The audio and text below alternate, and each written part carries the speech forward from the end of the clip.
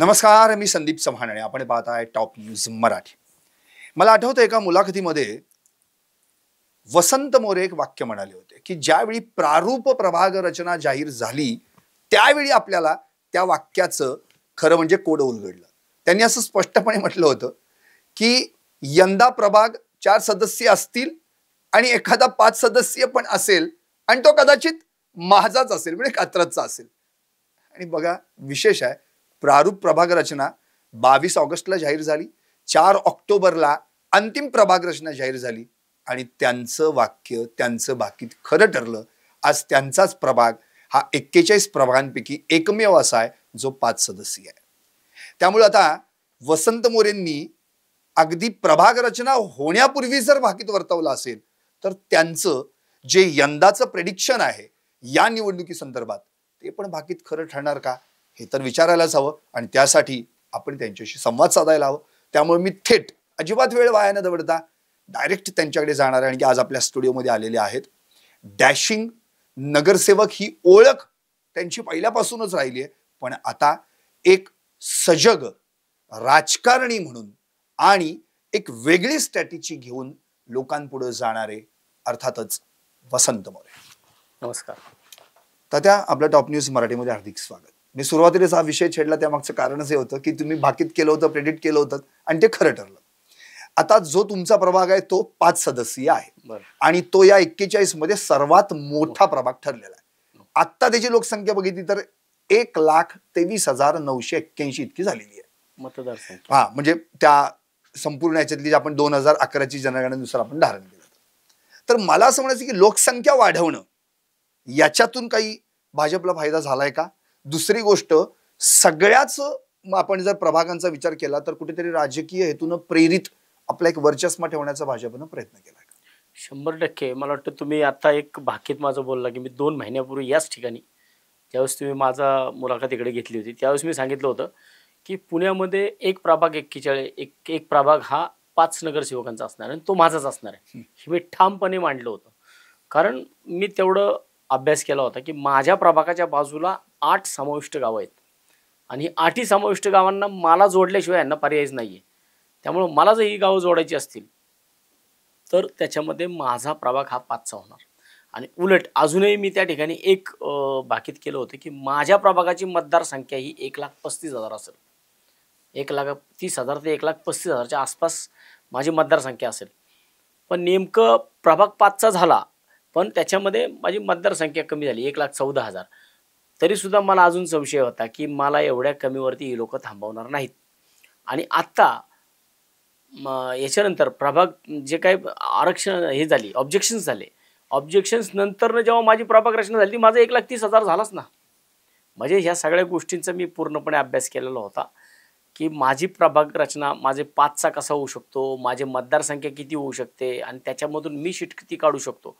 कारण भाजपचं गणित आहे की मतदारसंख्या वाढवली की एखाद्या जो कोणी प्राबल्य उमेदवार असेल त्याला ही लोक टार्गेट करू शकतात. परंतु माझा इतिहास आहे आजपर्यंत 2007ची माझी पहिली निवडणूक घेतली तुम्ही, आजही त्याची माझी सिंगल नगरसेवकाची निवडणूक होती, पुण्यातला सगळ्यात मोठा प्रभाग माझा होता. 2012ची माझी निवडणूक घेतली, एवढी टफ झाली माझी निवडणूक, त्यावेळेस सुद्धा सगळ्यात जास्त समाविष्ट गावं, सगळ्यात जास्त समाविष्ट भाग माझ्याकडे जोडला होता, सगळ्यात मतदार माझं जास्त होतं. त्यावेळेस सुद्धा मी त्या मतदारसंघात सुद्धा मी निवडून आलो आणि आता सुद्धा हेच झालं. मी आता तात्याने जे 2007, 12 आणि 17 या 3 निवडणुका लढवल्या, सलग हॅट्रिक मारलेली आहे आणि तिन्ही निवडणुका त्यांनी मनसेकडून जिंकल्या होत्या. आता त्यांनी सांगितलेला जो विषय आहे की प्रत्येक वेळी त्यांनी त्यांचा मोठा प्रभाग असायचा आणि त्यांनी कशी मतं मिळवली हे पण सांगतो. तोही आलेख चढता आहे. 2007ला 3,061 मतं होती, 2012ला 11,071 मतं होती आणि 2017ला 12,749 मतं होती. त्यामुळे जसा प्रभाग मोठा होतो तशी तुमची मतंही वाढत आहेत. मग आता जर प्रभागातली मतदारसंख्या वाढली आहे तात्या तर साहजिकच आहे तुमचंही मतदान वाढलं. 100%. कारण माझा प्रभाग हा समाविष्ट गावांचा प्रभाग आहे आणि आता माझं मतदान ज्या ठिकाणी मी 10 वर्ष नगरसेवक होतो ते पण मतदान माझं पूर्ण आले, ज्या ठिकाणी मी आता 5 वर्ष नगरसेवक होतो ते पण आले आणि समाविष्ट भाग पण मला जॉईन केला गेला. त्यामुळे जुन्या लोकांना माहिती आहे वसंत मोरे 10 वर्ष आपल्याकडे होता त्यावेळेस काय काम करत होता. आणि आता नवीन लोकांना माहिती आहे 5 वर्ष वसंत मोरे आपल्याकडे आला तेव्हा त्यांनी किती कामं केली. आणि समाविष्ट गावातले जी 8 गावं समाविष्ट झालीत, त्या 8ही समाविष्ट गावांना माहिती आहे की जर आपल्या भागाचा आपल्याला विकास करून घ्यायचा असेल, आपल्या भागामध्ये कोणत्याही परिस्थितीमध्ये कोणाचं शोषण करायचं नसेल, तर शासन राबवणारा नगरसेवक तिकडे असला पाहिजे. आणि शासन राबवणारा नगरसेवक कोण म्हटलं तर ते वसंत मोरेकडे पाहिलं जातं. त्यामुळं मला ही निवडणूक भाजपला वाटत असेल वसंत मोरेसाठी अवघड आहे, परंतु वसंत मोरेला ही निवडणूक खूप सोपी आहे. मी परवा कात्रजला आता म्हणजे काय योगायोग आहे बघा, 4 ऑक्टोबरलाच शिवसेना पक्षप्रमुख उद्धव ठाकरे कात्रजला आले, तुम्ही त्यांचं जंगी स्वागत केलं आणि 4 ऑक्टोबरलाच नेमकी अंतिम प्रभाग रचना जाहीर पण झाली. आणि मग तुमची बॅटिंग, त्यांची बॅटिंग आणि ती सगळी भाषणं सगळ्या लोकांनी ऐकली. त्यावेळी त्यांनी एक उल्लेख केला होता की मी आत्तापर्यंत या वसंत मोरेंना पेपरात किंवा कुठेतरी टीव्हीवर दंडुकं घेऊन फिरताना बघायचो. का फिरतोय काय लक्ष द्यायचं नाही. पण आता मला कळायला लागलंय की वसंत मोरे दंडुकं घेऊन का फिरतायत ते. तर मला एक म्हणायचं की त्यावेळी उद्धव ठाकरेंची बॉडी लँग्वेज किंवा त्यांनी जे बोलणं किंवा त्यांनी जो तुमच्यावर टाकलेला विश्वास आहे, तो विश्वास तुम्ही त्यावेळी प्रत्यक्षात एवढ्या सगळ्या लोकांसमोर त्यांनी पाहिला. विशेष म्हणजे तुम्ही नंदू घाटे असतील, दिलीप गालिंदेंसारखे ज्येष्ठ शिवसैनिक समोर आणले होते आणि ते बघून तर त्यांना खूपच आनंद झाला. तर मला म्हणायचं आता मुळात तुमच्या प्रभागाची तुमची नाळ ही पहिल्यापासूनच जोडली गेलेली आहे. मग तुम्ही 38 मध्ये लढा, 40 मध्ये लढा किंवा पुन्हा एकदा 38 मध्ये, प्रश्न हा उरतो की पुन्हा एकदा शिवसैनिक तिथले या सगळ्या प्रभागातले जे जुने जाणते आणि ज्येष्ठ आणि कट्टर, हे आता तुम्ही शिवसेनेत आल्यामुळे पुन्हा एकदा एकसंध झाले असं वाटतंय. त्याचं उदाहरण म्हणजे मी तिथं मान्य उद्धव साहेबांचा सत्कार मी नाही केला. मान्य उद्धव साहेबांचा सत्कार 27 सप्टेंबर 1990ला, म्हणजे मी 10वीला होतो शाळेमध्ये. त्यावेळेस माझं शिवसेनेवरती प्रेम, बाळासाहेब ठाकरेंवरती प्रेम, माझ्या शाळेच्या पहिल्या पानावरती जय महाराष्ट्र शिवसेना लिहिलेलं असायचं. मी भारतीय विद्यापीठला होतो, या विषयामुळे मी मार पण भरपूर वेळा खाल्लेला आहे. कारण वहीचं पान सरांनी पहिलं उघडलं की ते 2 आडवे झेंडे आणि त्याच्यामध्ये इकडे शिव इकडे सेनांमध्ये जय महाराष्ट्र असं लिहिलं असायचं. आणि बाळासाहेब खंदारे आणि शामराव शालार ह्या लोकांनी 27 सप्टेंबर 1990ला कात्रजमध्ये पहिली शिवसेनेची शाखा काढली. आणि त्या काळी 1990ला दादा कोंडकेंना आम्ही बोललो होतो उद्घाटनाला. माझं वय बसत नव्हतं, मी 16 वर्षाचा होतो, त्यामुळं मला शिवसेना शाखा प्रमुख होता येत नव्हतं. आणि त्याच दरम्यान एक निवडणूक झाली होती आणि त्या निवडणुकीला मी शिवसेनेचा पोलिंग एजंट म्हणून मी राजीव गांधी उद्यानामध्ये, कारण कात्रज त्या टायमाला महानगरपालिकेत नव्हतं, ग्रामपंचायत होती, परंतु कात्रज नवीन वसाहतचा जो भाग आहे तो हा पूर्वीपासून म्हणजे अगदी सुरुवातीच्या काळापासून तो महानगरपालिकेमध्ये आहे. त्यामुळे त्या भागाचा, त्या कात्रज नवीन वसाहतच्या मतदानाचा पोलिंग एजंट म्हणून मी बसलो होतो राजीव गांधी उद्यानमध्ये. आणि लिटरली मला त्या टायमाला ते जे काही आमचे इथले सरपंच वगैरे होते यांनी मला आतमध्ये आले आणि आतमध्ये येऊन म्हटले, त्यांना माहिती होतं माझं वय कमी होतं, मला तिथं आतमध्ये येऊन ते पोलिंगचे जे अधिकारी होते त्यांना म्हटले, इथं जेवढे पोलिंग एजंट बसलेले आहेत, माझ्याकडे तर हात केला नाही, मी लहान होतो पण मी करामती होतो. म्हटले इथं जे काही पोलिंग एजंट बसले आहेत तर तुम्ही सांगा साहेब पोलिंग एजंटचं वय किती लागतं. तर ते म्हणले 18 पूर्ण. हा, मग आता इथं कोण कोण 18 पूर्ण आहे तुम्ही बघा आणि त्यांना बाहेर काढा. आणि त्या टायमाला मी बाहेर निघालो, पण मी डोक्यात ठेवून बाहेर निघालो, ज्याने मला बाहेर काढलं ना मी त्याच्यासमोर नगरसेवक होणार. आणि तेव्हा मी 17 वर्षाचा असताना मी पोलिंगमधनं बाहेर पडलो.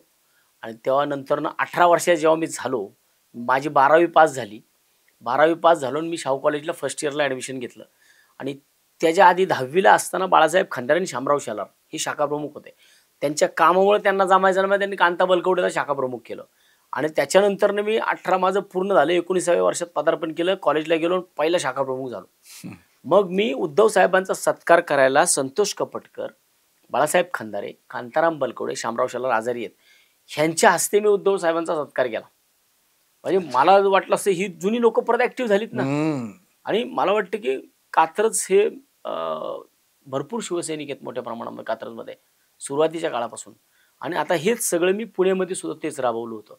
मग त्याच्यामध्ये रामभाऊ पारीख असतील, दिलीप गालेंदे असतील, नंदू घाटे असतील, पोमन असेल, किंवा ही जी लोक आहेत ज्यांची आता 60 पूर्ण झालेली आहे, ह्या सगळ्या लोकांना मी परत एकदा ह्या प्रभावामध्ये आणलं की त्यांना वाटत होतं कुठेतरी आम्ही अडगळीत गेलोय.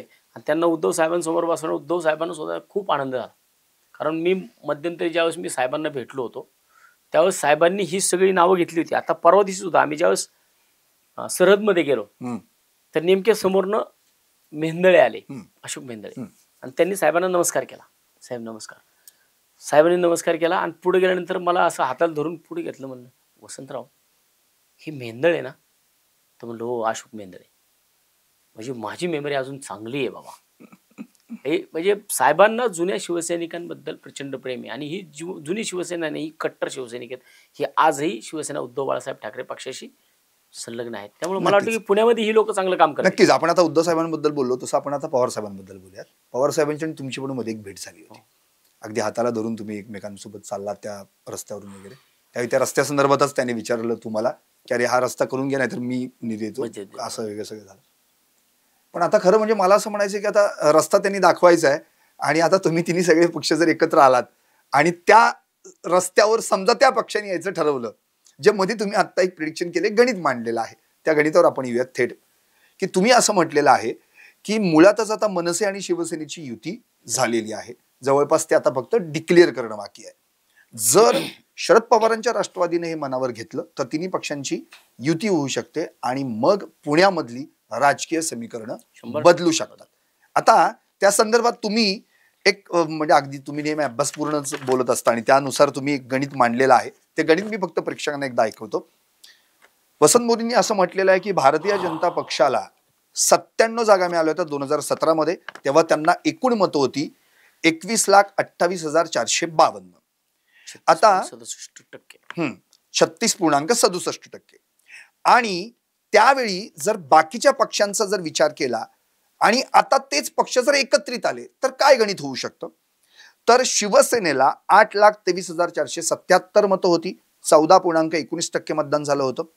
महाराष्ट्र नवनिर्माण सेना म्हणजे मनसेला ज्यावेळी तात्या मनसेमध्ये होते तेव्हा 3,73,645 इतकं मतदान झालं होतं, 6.44%.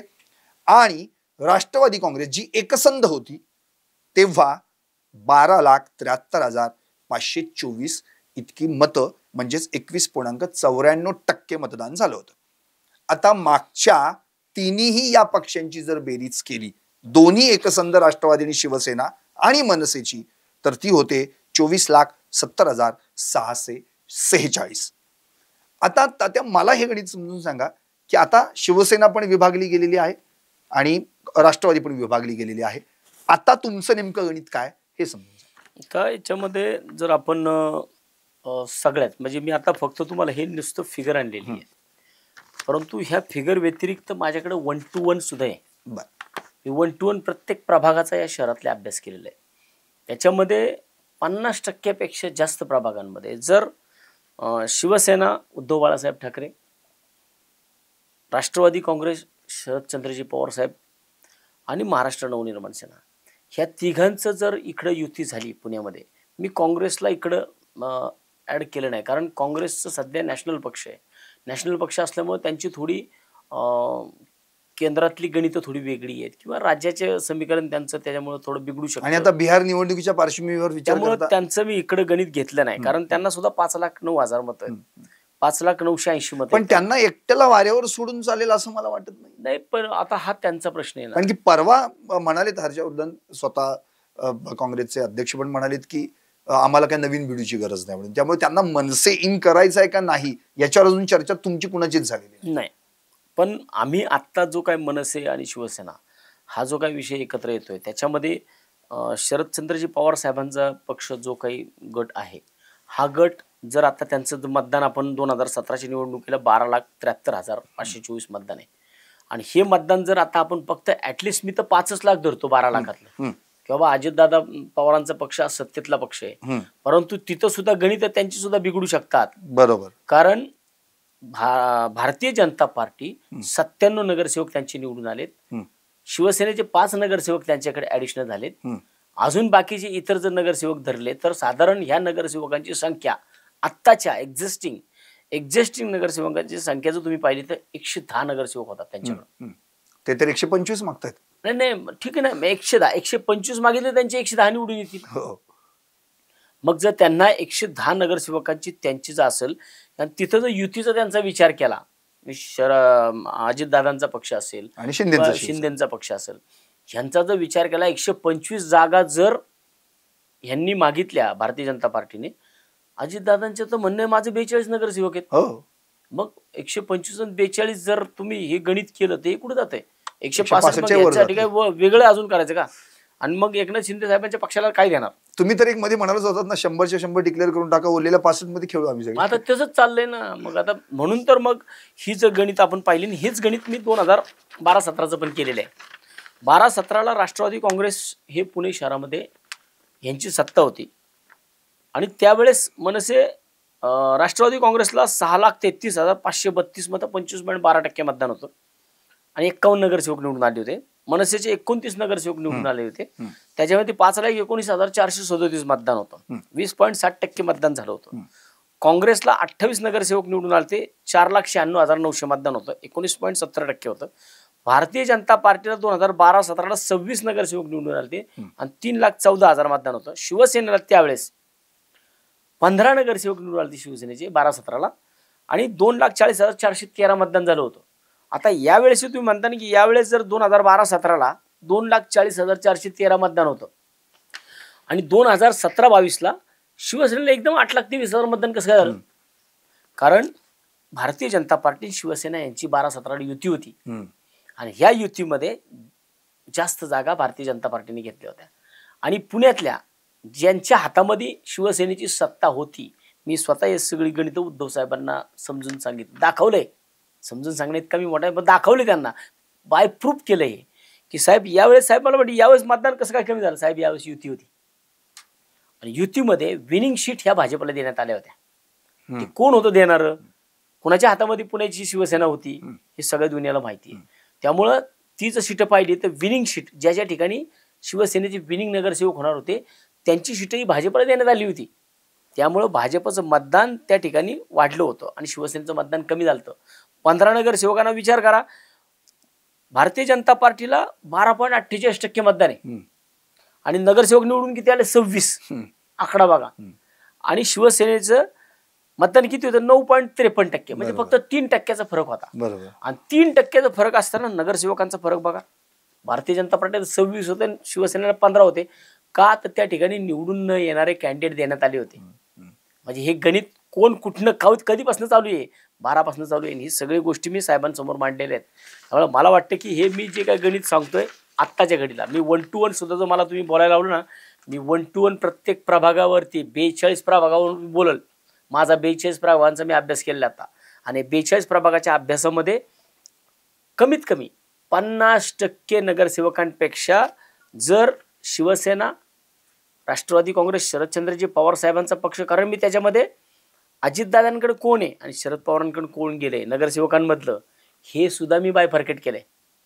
ह्याचा सुद्धा मी अभ्यास केलाय सगळा आणि त्याच्यामध्ये मग त्याला नगरसेवकाला किती पडलेत, तिथल्या पडलेला नगरसेवक जो होता त्याला किती पडलेत, हे सगळं जर कॅल्क्युलेशन केलं ना तर पुणे शहरातल्या 50%पेक्षा जास्त जागांवरती शिवसेना उद्धव बाळासाहेब ठाकरे, राष्ट्रवादी काँग्रेस शरदचंद्रजी पवार साहेब आणि महाराष्ट्र नवनिर्माण सेना काँग्रेस व्यतिरिक्त 50%पेक्षा जास्त जागा या 3 पक्षांची निवडून येऊ शकतात पुण्यामध्ये.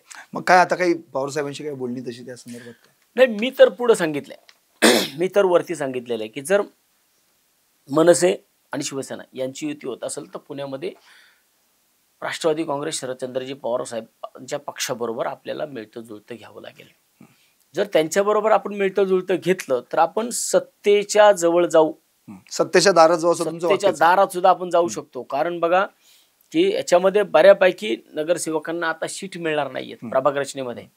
ही भारतीय जनता पार्टी, ते आपल्याला एक माहिती आहे का, ते लाकूड तोडायची गोष्ट की तो फांदीवर बसतो आणि ज्या फांदीवर बसतो ती फांदी तोडतो. आता सेम कंडिशन भारतीय जनता पार्टीची या पुणे शहरामध्ये प्रभाग रचनेच्या बाबतीत झालेली आहे. माझ्या दक्षिण पुण्यातल्या 2 नगरसेवकांची सीट कापल्यात.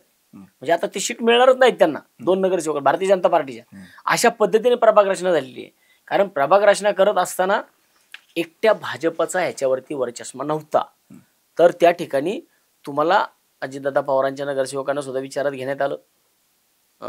जे आता लोकांनी प्रवेश केला एकनाथ शिंदे साहेबांच्या पक्षामध्ये त्यांना सुद्धा विचारात घेण्यात आलं. त्यामुळं माझ्या दक्षिण पुण्यामध्ये तर आता सिटिंग मेंबरचे तिकीट कापले जाणार आहेत. त्यामुळे असे किती सिटिंग मेंबर आहेत की त्यांची तिकीट कापली जातील? त्यांची तिकीट कापल्यानंतर ना मग आता आरक्षण 10 तारखेला आहे. बरोबर. 10 तारखेला आरक्षण झालं की सगळं चित्र स्पष्ट होईल. आणि चित्र स्पष्ट झालं की मग कळल कोण नगरसेवक राहतोय कोण नगरसेवक पळतोय. नक्की. तर ते आपण आता थोडंसं आपल्या पक्षाच्या ताकदीवर आपण बोलूयात. आता उदाहरणार्थ शिवसेनेचा आलेख जर आता पुण्यातला आपण पाहिला तर मागच्या 3 महानगरपालिका निवडणुका तर 2007ला 20 जागा, 2012ला 15 जागा आणि 2017ला 10 जागा. आता झालं असं की जेव्हा शिवसेना फुटली मग 2017 मधले जे 10 नगरसेवक होते त्यातले 5 जण आहेत ते भाजपमध्ये गेले, 1 जण आहे तो काँग्रेसमध्ये गेले अविनाश साळवे, आणि 1 जण आहे ते शिंदे शिवसेनेत म्हणजे नाना भानगिरे. असे मिळून 7 जण हे ऑलरेडी तुमच्या या शिवसेनेतून बाहेर पडले. उरले 3. यामध्ये जर आपण पाहिलं तर संजय भोसले जे येरवड्याला खिंड लढवतात, तिकडे मयूर डहाणूकर कॉलनी किंवा कोथरूडचा परिसराचे पृथ्वीराज सुतार खिंड लढवतात, आणि श्वेता चव्हाण इकडे त्यांच्या सोबत आहेत संजय भोसलेंसोबत, आणि तुम्ही आता एक त्यामध्ये ऍड झाला. असे 4 नगरसेवक तुम्ही आहात. आता तुमच्या 4ही नगरसेवकांचा अनुभव काय आहे त्याच्यावर आपण चर्चा. उदाहरणार्थ पृथ्वीराज सुतार 3 वेळा निवडून आलेले आहेत, तुम्ही स्वतः 3 वेळा निवडून आलेला आहात, संजय भोसले 3 वेळा निवडून आलेले आहेत, श्वेता चव्हाण एकदा निवडून आलेले, बरोबर. इकडे आता जी शिवसेना फुटल्यानंतरची परिस्थिती जी शिंदे शिवसेनेकडे आहे तिथं पाहिलं तर नाना भानगिरे आहेत. नाना भानगिरे पण 3 वेळा निवडून आलेले आहेत आणि 3 वेळेला शिवसेनेकडून निवडून आलेले आहेत. आता त्यांच्याकडे महानगर प्रमुख एक पद बनवावं लागलं, ते म्हणजे रवींद्र धंगेकरांसाठी, जे ऑलरेडी 4 वेळा नगरसेवक झाले होते आणि एकदा आमदार देखील राहिले. आता ते तिथे शिंदे शिवसेनेत गेले, म्हणजे त्यांच्याकडे एक अनुभवी नगरसेवक आणि एक आमदार आणि 4 वेळा अनुभव असलेला, आणि तुम्ही 3-3 वेळा अनुभव असलेले नगरसेवक. ही आता 2 पक्षीय हा बलाबलाचा आपण एक अंदाज आपण जर घेतला तर मला असं म्हणायचंय की या सगळ्या स्ट्रॅटेजीमध्ये गणितांमध्ये तुमचा आता कस लागण्याची शक्यता जास्त आहे. उदाहरणार्थ मला आठवतंय आपण 2017ला 38 38 क यामधून तुम्ही निवडणूक लढवताना आपल्या सोबतच्या माणसांना घेतलं होतं. उदाहरणार्थ 38 बालाजीनगर राजीव गांधी नगर होतं, त्यावेळी तुम्ही मंगेश राजकारण तुमच्या मित्राला उभं केलं होतं. नंतर 38 क मधून स्वतः शकुंतला वहिनी उभ्या राहिल्या होत्या. नंतर 40 क मधून म्हणजेच आंबेगाव दत्तनगर कात्रज गावठाण या ठिकाणी फाटे वहिनींना उभं केलं होतं, आणि 40 ड मधून तुम्ही स्वतः उभे राहिला होता. या सगळ्यांची जर आपण आता मतांची टक्केवारी पाहिली तर ती 7,000 किंवा 3,000 किंवा तुमची स्वतःची 12,000च्या पुढची, म्हणजे एक विनिंग सीट, पण त्यांना मतही तितकीच चांगली होती. तर आता ते 38चं गणित होतं आणि 40चं होतं. आता 38 पुन्हा आहे, पण परत तुमचा डोळा 40 वर पण आहे. आता 38च बऱ्यापैकी 40च बऱ्यापैकी 38च बऱ्यापैकी तो आता 40च बऱ्यापैकी 38 झालाय. पूर्वीचा 38 तो पण आहे आणि 40 आहे तो आहे, पण तरी देखील तुम्ही प्रभाग क्रमांक 40 वर काहीतरी ठोके टाकताच आहे. मी 40 मध्ये म्हणजे उदाहरणार्थ मी तुमची एक पोस्ट फक्त आपल्या पब्लिकला ऐकवतो, ती 3 दिवसापूर्वीची आहे. एक संध असणारं माझं कात्रज तुझ्यामुळं 4 तुकड्यात विभागलं गेलं. यावेळी मी ठरवलं तू आम्हा कात्रजकरांचे राजकारण संपवण्यासारखा सारखा विचार करतो ना, यावेळी तुझं राजकारण संपवण्याचं आणि त्यासाठी मी ओरिजिनल प्रॉडक्ट मार्केटमध्ये आणलंय खास तुझ्यासाठी, तयार राहा. फोटो तो दिसतो रुपेशचा. म्हणजे मला असं म्हणायचं की आता तुमची 38ची गणितं वेगळी आहेत आणि 40ची पण गणितं वेगळी आहेत. म्हणजे ऍट अ टाइम तुम्ही 38 साठी 5 सदस्य आहेत, बरोबर. तुमची युती झाली तर ठीक आहे, तुम्हाला त्या ठिकाणी तशी गणितं मांडावी लागतील, नसेल तर तुम्हाला शिवसेनेची ताकद त्या ठिकाणी उभी करावी लागणार आहे. आणि 40 मध्ये म्हणजे रुपेशला तुम्ही 38 मध्ये इन करतच नाहीये, तो प्लस पॉइंट ठेवलाय तुम्ही 40 मध्ये. हे काय आहे म्हणजे ही स्ट्रॅटेजी तुम्ही, आणि ती पण ओपन करून तुम्ही सांगितली. नाही, कसं आहे की मी 40ची स्ट्रॅटेजी ओपन एवढ्या करता केली आहे की आतापर्यंत कोंढव्याच्या आमदार साहेबांनी तुम्ही 12ची निवडणूक घ्या त्यांची स्वतःची किंवा 17ची घ्या, ते नेहमी सर्वसाधारणमधनं उभे राहिलेले आहेत. ते कॅटेगरीमध्ये येतात, ओबीसी मध्ये आहेत ते, तरी पण ते काय करतात, त्यांचं गणित नेहमी मराठ्यांच्या मतांवरती आणि ओबीसीच्या मतांवरती असतं. त्यामुळे ते कॅटेगरीमध्ये उभे राहत नाहीत, ते ओबीसी मधनं उभे राहत नाहीत, ते सर्वसाधारणमध्ये उभे राहतात. त्यांची आई सुद्धा सर्वसाधारणमधनं निवडून आली, ते स्वतः सुद्धा सर्वसाधारणमधनं निवडून आले. मला वाटतं त्यामुळे मी माझा उमेदवार जो आहे तो सर्वसाधारणमध्येच उभा करणार. मी मराठ्यांचे मतं आणि माझा विकासाचा मुद्दा आहे.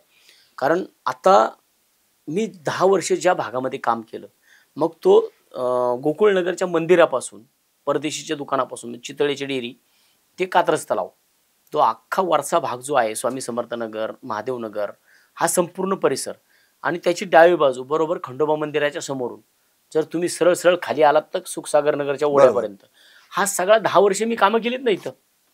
2007 ते 12 आणि 12 ते 17 या भागामध्ये वसंत मोरेचं प्रचंड काम आहे.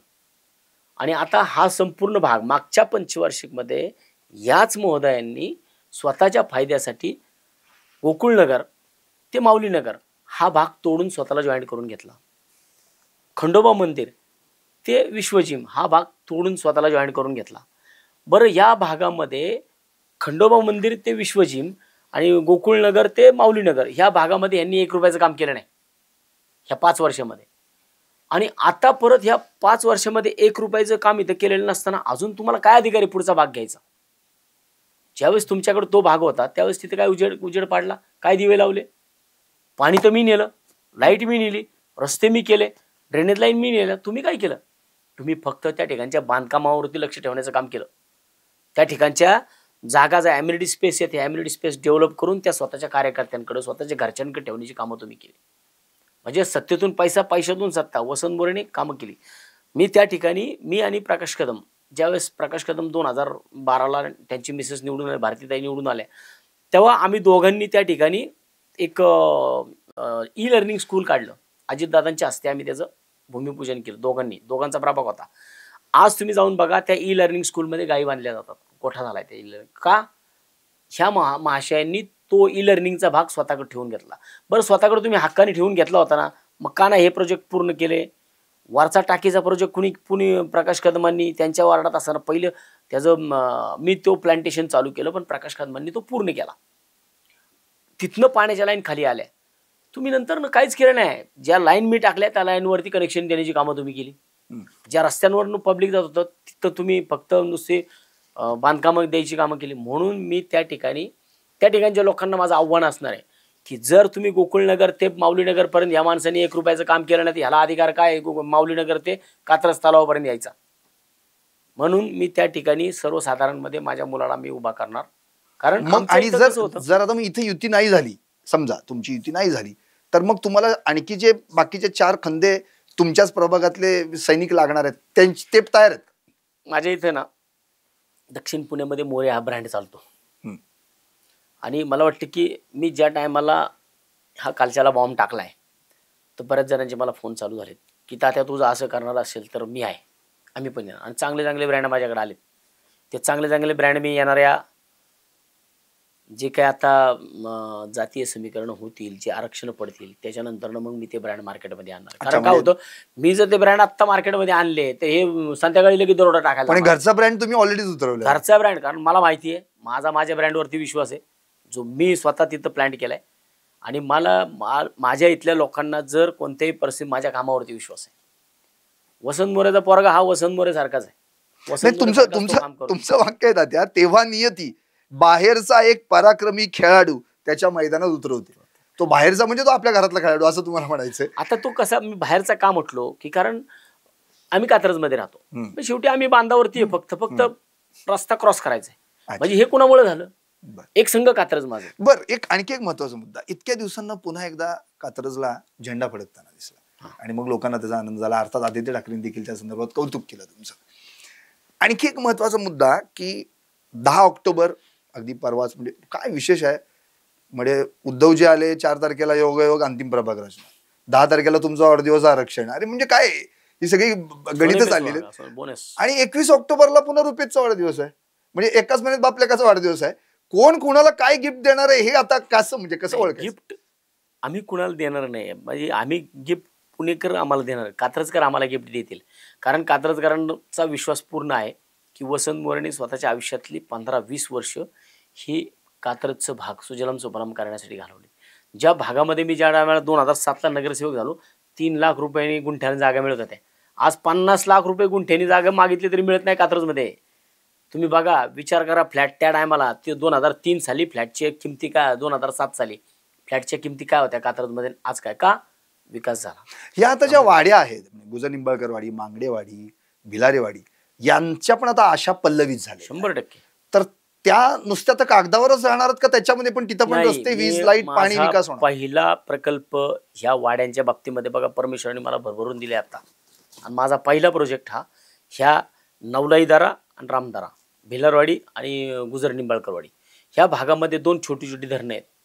ह्या 2 छोट्या छोट्या धरणांचं विस्तारीकरण करून त्याच्यावरती कात्रज भागाचा आणि त्या वाड्यांचा पाण्याचा प्रश्न मिटवायचा आहे मला पहिला. कारण की या वाड्यांमध्ये पाण्याची फार वाईट अवस्था आहे. इथं आत्ता सुद्धा टँकरनी पाणी जातं. आणि मी हा प्रकल्प 2012 साली ज्यावेळेस मी विरोधी पक्ष नेता होतो त्यावेळेस मी सन्माननीय अजितदादा पवार उपमुख्यमंत्री असताना विधान भवनामध्ये आपल्या काउन्सिल हॉलच्या तिथे मी त्यांना हा प्रोजेक्ट दिला होता. म्हणजे 2012 पासून आजपर्यंत मी तिथं लोकप्रतिनिधी नव्हतो तरी पण माझ्या ते नजरेत होतं. आणि आता तर मी कात्रजच्या घाटामध्ये 1800 एकर जागा आहे, 1800 एकर, अगदी नवलाईचा दरा ते जांभळवाडी कॉर्नर हा अख्खा जो पट्टा पाहिला हा सगळं फॉरेस्ट आहे.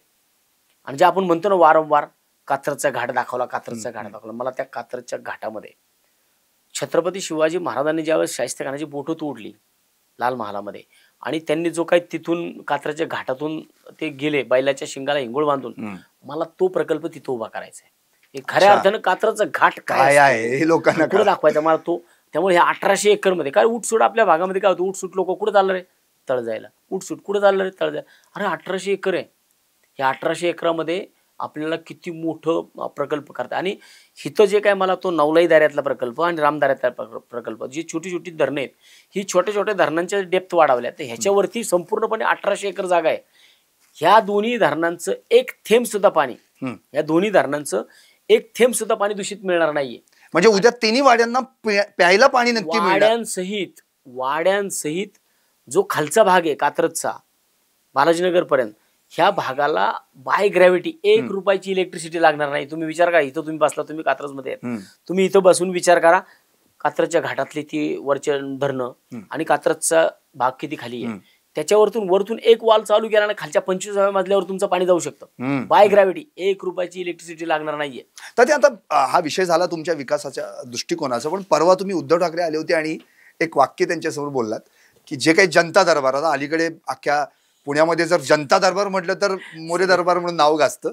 तुम्ही असं म्हणालात की साहेब 41च्या 41 प्रभागात मला जनता दरबार भरवण्याची इच्छा आहे, तर लगेच साहेबांनी हो म्हटलं. तर मला एक असं म्हणायचं की जनता दरबार नेमकी काय कन्सेप्ट आहे, काय त्यातून लोकांपर्यंत पोहोचतं? जनता दरबारची कॉन्सेप्ट माझी अशी आहे की आपण लोकप्रतिनिधी म्हणून लाईट, रस्ते, पाणी, ड्रेनेज करतच असतो, परंतु लोकांना इतरही भेडसावणाऱ्या समस्या असतात. उदाहरणार्थ लोक कर्ज घेतात, त्याच्या हप्त्यावरती वेळेवर भरले जात नाही, मग त्यांच्या घराची लिलाव होतात, त्यांच्या गाड्यांची लिलाव होतात. अनेक लोक अशी असतात की जी कामाला जातात, ते कामाला गेल्यानंतर त्या ठिकाणी कोणतरी एखादा कामाचा जो मालक असतो किंवा जो सुपरवायझर असतो तो त्या लोकांचे पगार देत नाही, त्यांचे पगार थकवतो आणि त्यांना हाकलून देतो. मग त्याशिवाय काही लोक अशी असतात की दुसरी माणसं बाहेर. आजचाच विषय, आजच माझ्या भागामधल्या एका मोठ्या कॉलेजमध्ये 15, 16, 17 अशी वर्ष काम करणाऱ्या 5 महिला माझ्याकडे आल्या आज सकाळी. आणि 15, 16, 17 वर्षापासून त्या महिला काम करतात तिकडे. आता त्या महिलांची 4-5 महिलांची वय, एकीचं वय 51 होतं आणि बाकीच्या 4 जणांची वय 50-50 होते. म्हणजे 15 वर्ष जर त्यांनी धरली तर त्यांच्या वयाच्या ऐन उमेदीच्या काळात 35 वर्षाच्या काळामध्ये ते लोक तिथं कामाला लागले होते. आता त्यांचं वय 50 झालंय. आणि ह्या कॉलेजने त्या कॉलेजने काय केलं की आता यांचं 50-50 वय झालं म्हणून एका स्वीपिंग कंपनीला त्यांनी त्या सगळ्या कॉलेजचं एका स्वीपिंग कंपनी बरोबर त्यांनी ॲग्रीमेंट केलं. आता त्यांनी ॲग्रीमेंट केलं त्या स्वीपिंग कंपनीवर. स्वीपिंग कंपनीने काय केलं, आता तुम्ही वयस्कर झाला, तुमची वय 50 झाली, तुम्ही आउट, तुम्ही बाहेर जा, म्हणजे यूज अँड थ्रो. त्या महिलांना माहिती होतं की ह्याच्यामध्ये आम्हाला न्याय देऊ शकतो कोण, वसंत मोरे. सकाळी आज त्या माझ्या सकाळी 11-10:30 वाजता माझ्या ऑफिसला येऊन बसल्या होत्या. त्याच्यानंतर मी एक खणखणीत फोन फक्त त्यांच्या प्रशासनाला लावलाय, जर ह्या 5 महिला भगिनी ह्यांना जर तुमच्या कंपनीने कामावरती घेतलं नाही, ज्यांच्या संग तुम्ही ॲग्रीमेंट केलंय, हे तुमचं कर्तव्य आहे पहिलं. कारण त्या 15 वर्षात ज्या टायमाला तुमच्या इथं गुडघ्या एवढा चिखल होता ना, तेव्हापासून त्या बायका तुमच्या इथं कामाला येतात. आणि आज त्यांची वय 50 झालेली असताना त्यांची उमेद संपली आहे आणि तुम्ही त्यांना आज म्हणता त्यांना घरचा रस्ता दाखवताय, ही कुठली पद्धत? ज्या कंपनीला तुम्ही ॲग्रीमेंट साईन केलं ना, त्या कंपनीचा माणूस मी कात्रज आणि धनकवडी परिसरात फिरून देणार नाही. त्या कंपनी ज्या ज्या ठिकाणी माणसं कामाला असतील त्या ठिकाणी मग माझा हातोडा पडेल. आणि पहिला हातोडा पाडणार तो तुमच्या कॉलेजवरती पाडणार. कारण तुम्ही त्या लोकांना वापर करून घेतला, त्या महिलांना, त्या आमच्या आई बहिणींचे तुम्ही दुसऱ्या मिनिटाला तासाभरात फोन आला मला की तात्या ठीक आहे, आम्ही त्यांना सांगितलंय तुम्ही कॅम्पसमध्ये काम करा. ही अपेक्षा आहे ही लोकांना. जनता दरबारची ही खासियत. जनता दरबार. आणि लोकांना ह्या सगळ्या गोष्टी बघा, तुम्ही लाईट करू शकता, रस्ते देऊ शकता, पाणी देऊ शकता, हे सगळं तुम्ही देऊ त्यांचे शकता. वैयक्तिक जे काही परंतु प्रॉब्लेम त्यांचे वैयक्तिक जे प्रॉब्लेम आहेत की अनेक लोक आत्महत्या करतात. अशा अनेक आत्महत्या वसंत मोरेने वाचवल्यात. बर, तुम्ही आता 10 ऑक्टोबरला म्हणजे उद्यापासून हॉस्पिटलची बिलं, ह्याच्यामध्ये महत्वाचा विषय अजून एक असतो, हॉस्पिटलची बिलं. हॉस्पिटलची बिलं सुद्धा आम्ही कमी करतो. आता मला ते ह्याच्यामध्ये तुम्हाला सांगायला मला अभिमान वाटेल की आता मला 2 दिवस झालं राहुल ठाकरे साहेबांचा मला कंटिन्युअस फोन येतोय की त्यांचं एक मित्र सह्याद्री हॉस्पिटलमध्ये आहे. आणि राहुल ठाकरे साहेब मी कालच्याला त्यांच्यावरती व्हिडिओ कॉलवरती सुद्धा त्या मित्राचा त्यांच्या दाखवला. मी त्याला आज 15-16 लाख रुपये बिल झाले. साहेबांना कळत नव्हतं काय झालं त्याचं, पण कालच्याला त्याचा फोटो त्यांनी पाहिले, त्यांना बरं वाटलं. अच्छा, म्हणजे हे सुद्धा काम वरिष्ठ लेवलला सुद्धा लोकांना वाटतं की का पुण्यामध्ये आता आमचा वसंत मोरे तो करू शकतो. तर मला असं म्हणायचं की तुमच्या वाढदिवसानिमित्त अर्थात उद्यापासूनच ते शिबिर सुरू होत आहे, मूळव्याध आणि भगंदर जे काही मोफत तुम्ही हे करताय. तर मला असं म्हणायचं की ऑपरेशन मूळव्याध हे तर आता तुम्ही करताच आहात, ऑपरेशन महापालिका कधी होणार आहे? ऑपरेशन महापालिका ही निवडणूक लागली की फक्त आता हे भाजपने करावं. भाजपच्या मनात येते का नाही काय माहिती. आता याच्यावर पण अभ्यास करत बसायचे की काय कसं होईल, काय होईल. आणि त्यातून निवडणुका बघा, मागच्या 6 महिन्यापूर्वी कोर्टाने सांगितलं होतं यांना, कोर्टाचे आदेश होते 6 महिन्याच्या आत निवडणुका घेतल्या का. आता परत कोर्टाने सांगितलंय 31 जानेवारीच्या आत निवडणुका घ्या. अजून काहीही नाही. आता 10 तारखेला कुठंतरी आरक्षण, आता प्रभाग रचना फायनल झाली, आता आरक्षण फायनल होतं. त्यातूनही पहिले म्हणतात की पहिल्या झेडपी घेणार, पंचायत समित्या घेणार आणि मग महानगरपालिकांना हात घालणार. आता जर असं होणारच असेल तर मग मी म्हणूनच मी त्याविषयी एक उद्विग्न भावनेतून मी ती पोस्ट केली होती. तुमचे 100 तुमचे घेऊन टाका बाबा. तुम्ही असं तसं म्हणताना आमचे 100 नावं जाहीर करा. तुम्हाला कोणाला घ्यायचे त्यांना घ्या, बाकीच्या 65चे तर निवडणूक घ्या. बर, तर आता मला एक असा प्रश्न विचारायचा मध्ये की तुम्ही इंटरव्ह्यूमध्ये म्हणाला होतात की महाराष्ट्रातला सगळ्यात नंबर 1चा महापौर बनायचंय मला आणि कदाचित ती संधी या शिवसेनेच्या माध्यमातून तुम्हाला मिळेल. मला एक असं म्हणायचंय की तात्या तुमचा जो खासदारकीचा मार्ग आहे तो या महापौरच्या वाटेवरून जातोय की काय? कारण की आता आपण मुरली अण्णांचं पण उदाहरण तसंच आहे, ते महापौर आणि मग खासदार. तर ते काही त्याच चालीवर वाटचाल करणार का तुम्ही? 100% का नाही करायची. माझी स्वप्न मोठी आहेत आणि ती स्वप्न पूर्ण करण्यासाठी सुद्धा मी झटत असतो. आणि मला वाटतं की मी या शहराचा विरोधी पक्षनेता होऊ शकतो, तर या शहराचा महापौर का होऊ शकत नाही. या शहराचा महापौर सुद्धा होईल. आणि मला वाटतं की मी खरंच जो शब्द मी दिलाय ना, तो शब्द मी 100% पूर्ण करेल. आज कात्रज, ह्या कात्रजमध्ये लोक 2007च्या अगोदर जायचं म्हटलं तरी घाबरायची. पण आज कात्रजचं जे पर्यटन तुम्ही पाहिलं की आत्ता ह्या 8 वर्षामध्ये त्याला ब्रेक पडला नाही. तर आज कात्रजमध्ये तुम्ही फुलराणी बघा की मी सिंगापूरला गेलो होतो, मी सिंगापूरची फुलराणी तिथं अस्तित्वात आणली. मी कारंजे दुबईला गेलो होतो, मी दुबईचं कारंजे मी कात्रज तलावामध्ये अस्तित्व आणलं. मी मलेशियाला गेलो, त्या ठिकाणची मुरुगन स्वामीची मूर्ती मी इकडे पांडुरंगाची मूर्ती उभी करून दाखवली. मी मलेशियामध्येच जगातला पहिला सगळ्यात उंच झेंडा मलेशियाने उभा केला, तो मी कात्रज तलावावरती उभा करून दाखवला. अमेरिकेमध्ये मी ज्या टायमाला गेलो होतो त्या टायमाला अमेरिकेमध्ये जे काही फ्लॉवर बेड आहेत, ह्या फ्लॉवर बेडमध्ये कशा प्रकारचं लाकडी भुसा टाकला जातो आणि त्याच्या माध्यमातून किती पाणी बचत केली जाते हे मी अख्खं कात्रजच्या तलावावरती अस्तित्वात सगळं आणलं होतं. म्हणजे ह्या सगळ्या गोष्टी जर तुम्ही पाहिल्या तर मी नुसत्या फॉरेन ट्रिप करत नाही, तर मी माझ्या वार्डात बघतो की मला माझं पुणे शहर, आज पुणे शहरातले डिवायडर मी पाहिले ना तर मला त्या ऑस्ट्रेलियामध्ये डिवायडर आठवतात. न्यूझीलंडमधली ती सिटी आपण बघतो ती आठवती की अरे ही शहरं अशी होऊ शकतात. आपलं का नाही, आपण तो कोट्यवधी 12,000 करोडच्या रुपयाची आपली महानगरपालिका आहे. मग नुसतंच तुम्ही लाईट, रस्ते, पाणी, ड्रेनेज, शहराच्या सुंदरतेकडे काही लक्ष देणार आहे का नाही? नक्की. तर त्या अगदी एक शेवटचाच प्रश्न होता आणि तो अत्यंत महत्वाचा की उद्या आता समजा आपले ठरलं की बाबा युती करायचीच आहे असं शिवसेना, मनसे आणि राष्ट्रवादी शरद पवार साहेबांची, तर ह्याचं शीट शेअरिंग काय असेल आणि काय वाटा असेल शिवसेनेचा, काय पद्धतीनं तुम्ही त्याच्याकडे हे करणार? कारण की जर आता आपण मागच्या निवडणुकांमधल्या जर आपल्या जागा पाहिल्या तर आपल्याकडे 10 आणि आता तर ऑलरेडी तुम्ही फक्त 4च आहात. तिकडे राष्ट्रवादीचं जसं आता तुम्ही म्हणताय की तुम्हाला 1 to 1 माहिती आहे कोण अजितदादांकडे कोण पवार साहेबांकडे आहे, पण मी तर म्हणतो एक आता तुमचा अभ्यास आहे म्हणून इतर कुणालाच हे सांगता येणार नाही. खरं म्हणजे नगरसेवकांना पण नाही, कारण की त्यांना विचारलं तर ते उत्तर देतात दादा मनात आहेत आणि साहेब हृदयात आहेत, त्यामुळे त्यांचंच त्यांना माहित नाही. आणि राहिली गोष्ट मनसेची, तर मनसेत ऑलरेडी तुम्हीच होतात म्हणून तर तुम्ही आणि साईनाथ बाबर. आता मनसेची अवस्था काय हे आपण ह्या पुणे महानगरपालिकेलाच कळेल. तर मला असं म्हणायचं की तुम्ही जर एकत्रित येणार असाल तर तुमचा शीट शेअरिंगचा वाटा किती असेल? शीट शेअरिंग कसं असेल त्याचा सुद्धा मी पूर्ण अभ्यास करून ठेवलेला आहे की कुठं राष्ट्रवादी काँग्रेसच्या उमेदवारांना जास्त मतदान आहे, अजितदादांकडे कुठला नगरसेवक गेलेला आहे, शरद पवार साहेबांकडे कुठला नगरसेवक आहे. मग त्या ठिकाणी जर शरद पवार साहेबांकडे नगरसेवक नसेल तर त्या ठिकाणी कोणचा उमेदवार द्यावा लागेल. माझं तर गणित आहे ना की पुण्यामध्ये साधारण 50-50% शेअरिंग असलं पाहिजे राष्ट्रवादी आणि शिवसेनेमध्ये. आणि मनसेला सुद्धा त्याच्यामधला वाटा, मनसेला सुद्धा ज्या ठिकाणी मनसे असं नाहीये की आज कोरेगाव पार्क जर तुम्ही पाहिला बाबू वागसकरांचा, त्या ठिकाणी बाबू वागसकरांचं सुद्धा चांगलं प्राबल्य आहे. 300-350 मतांनी गेलेत. किशोर शिंदे कोथरूडला पाहिजे तर किशोर शिंदेच्या वार्डामध्ये सुद्धा चांगलं मतदान आहे. म्हणजे ज्या ज्या ठिकाणी आहे त्या ठिकाणी मतदान आहे ते नाकारता येणार नाही तुम्हाला. त्यामुळं मनसेला सुद्धा त्या विषयामध्ये मी तिथं सुद्धा मनसेचं मतदान किती आहे, किती होतं, किती होऊ शकतं. कारण मनसे जर तुम्ही पाहिली 2012-17 याच्यामध्ये सेकंड लार्जेस्ट पार्टी पुण्यातली मनसे आहे. त्यामुळे ते मनसेचं मतदान जरी काही कारणास्तव ते दुसरीकडे गेलं असेल तर ते गेले, ते परत नाही येण्यासाठी नाही गेलेलं, ते परत येऊ शकता. आणि जर तशा प्रकारची शाश्वती ही जर मतदारांना मिळाली आणि उमेदवार तशा प्रकारचे, कारण तसे तगडे उमेदवार 100% मिळणार आहेत. कारण भारतीय जनता पार्टी ही 110-120 मतांवर 110-120 सीटांवरती फॉर्म आहे. जर 110-120 सीटांवरती भारतीय जनता पार्टी लढणार असेल, दादांना किती मिळणार आणि साहेबांना किती मिळणार? 165 मध्ये 10-20 सीटांमध्ये ते तर राहणार नाही. मग नाराज आहेत ते आम्ही ऐकत ना. म्हणजे तुमच्याकडे इन्कमिंग होणार असेल? इन्कमिंग आमच्याकडं या आत्ताच्या ज्या दिवशी आरक्षण फायनल होतील तेव्हापासून आमच्याकडे इन्कमिंग चालू होणार. बरं, आता अगदी अगदी शेवटचा क्वेश्चन की बरं ठीक आहे, युती झाली तर ठीक, नाही तर एकला चलो रे हा नारा शिवसेनेचा राहील का? मला नाही वाटत की आता एकला चलो रे होईल. युती ही होईलच. आता मला वाटतं की त्या नाही होणार ह्या विषयावरती न बोलता युती होईल.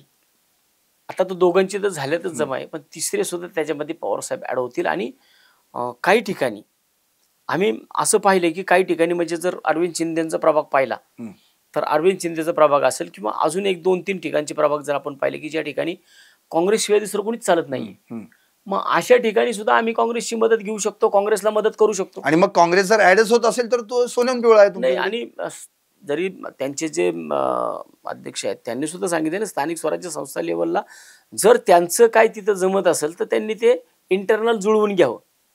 आणि तशा पद्धतीने जरी आम्ही जुळवून घेऊ शकतो ना. भाजप जर उघड आमच्या सगळ्यांचे नगरसेवक फोडत असेल, आमच्या सगळ्या नगरसेवकांना जर तुम्ही काहीतरी आमिष देऊन घेत असताल तर आम्ही सुद्धा एकमेकांना का नाही मदत करायची? मग म्हणजे आमचा सुद्धा जो, नाहीतर आता जे राज्यात चाललंय विरोधी पक्ष सुद्धा मिळून देत नाहीत, विरोधी पक्षनेता मिळत नाहीयेत, मग हे पुणे महानगरपालिकेत काय दिवे लावणार? हेच करणार आहेत. त्यामुळं मी जो आत्ता शिवसेनेच्या बाबतीमध्ये एक नारा दिलेला आहे की शिवसेनेचा उमेदवार हा सुशिक्षित असण्यापेक्षा तो प्रशिक्षित असला पाहिजे.